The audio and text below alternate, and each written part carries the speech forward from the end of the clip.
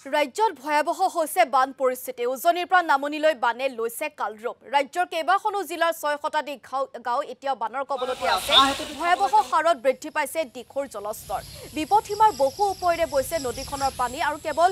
দিখৌ বাৰহনী পানী বুলিয়ে নহয় এতিয়া ৰাজ্যৰ বিভিন্ন প্ৰান্তৰ যিসমূহ নৈ উপনৈ আছে সকলোৰে জলস্তৰ বৃদ্ধি পাইছে যাৰ ফলত বানাক্ৰান্ত ৰাজ্যৰ মাজত যথেষ্ট হাহাকাৰ সৃষ্টি হোৱা দেখিবলৈ পোৱা গৈছে আৰু এই মুহূৰ্তত আমি গহপুৰৰ কিছু পৰিৱেশ জানিবলৈ চেষ্টা কৰিম আমাৰ সাংবাদিক পৰাগ শইকীয়াৰ জৰিয়তে গহপুৰৰ বান পৰিস্থিতি আজি অপৰিবৃতভাৱে বৃদ্ধি পাই আছে আৰু বৰ্তমান মই গহপুৰৰ বাকৰি দলনি আহি উপস্থিত বাকৰি দলনি অঞ্চলত এজন লোক কালিৰ পৰা সন্ধানহীন হৈছে নাওৰে তেখেতে যাত্ৰা কৰিছিল আৰু এছডিএফ বাহিনী আহিছে বাহিনীয়ে ইতিমধ্যে উদ্ধাৰ কাৰ্য চলাই আছে ইয়াৰে স্থানীয় লোক আছে মই কথা পাতিবলৈ যত্ন কৰিম তাৰ আগত মই সামগ্ৰিক দৃশ্যটো ভিডিঅ' জাৰ্নেলিষ্ট আছে ভিডিঅ' জাৰ্নেলিষ্টক মই দেখাবলৈ অনুৰোধ জনাইছোঁ এনেধৰণে ইতিমধ্যে পানীৰে ডুব গৈছে ইয়াৰে বহু অঞ্চল এতিয়াও পানীৰ মাজত বহু লোক পানীৰ মাজত আবদ্ধ হৈ আছে ইয়াৰ স্থানীয় লোক আছে মই পোনে পোনে কথা পাতিবলৈ যত্ন কৰিম মই আপোনাৰ ওচৰলৈ আহিছোঁ কওকচোন যিহেতু কালিৰ পৰা এজন লোক সন্ধানহীন হৈ আছে উদ্ধাৰ কাৰ্য চলি আছে বহু পৰিয়াল এতিয়াও পানীৰ মাজত আবদ্ধ হৈ আছে উদ্ধাৰ কাৰ্যটো আমি দেখা মতে ভালকে চলা নাই ল'ৰাটো মোৰ ভতিজা হয় সুনীল প্ৰধান কিন্তু কালি ৰাতিৰ পৰা আমি ফোন কৰি আছো প্ৰশাসনক আজি বোট এখন দিছে মুঠে মাঠে ইমান 4টা-5টা গাঁৱৰ ভিতৰত বোট এখন দিছে সেই বোটখনে ডেলিভাৰী লেডিজ বিলাকক উলিয়াইছে ইফালে সিফালে বেমাৰী উলিয়াবলৈ গৈছে কিন্তু সেই উদ্ধাৰৰ প্ৰতি চেষ্টা কৰাটো মই দেখা নাই গতিকে প্ৰশাসনৰ প্ৰতি মোৰ খুব আছে খুব দুখ লাগিছে এই পানীৰ ওপৰতে থিয় হৈ কৈ আছো মই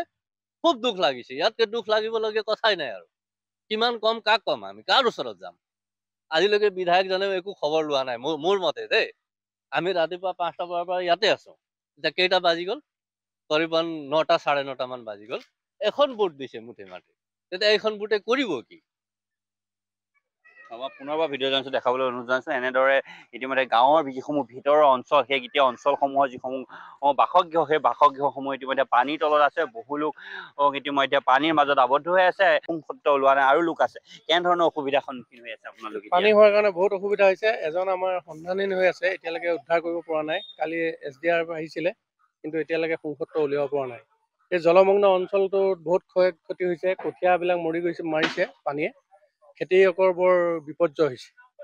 আপোনাৰ পানীৰ পৰা মানে হাত সাৰিব পৰা নাই যোৱা বছৰ পানী হৈছিল কিন্তু এবাৰ অলপ বেছি পানী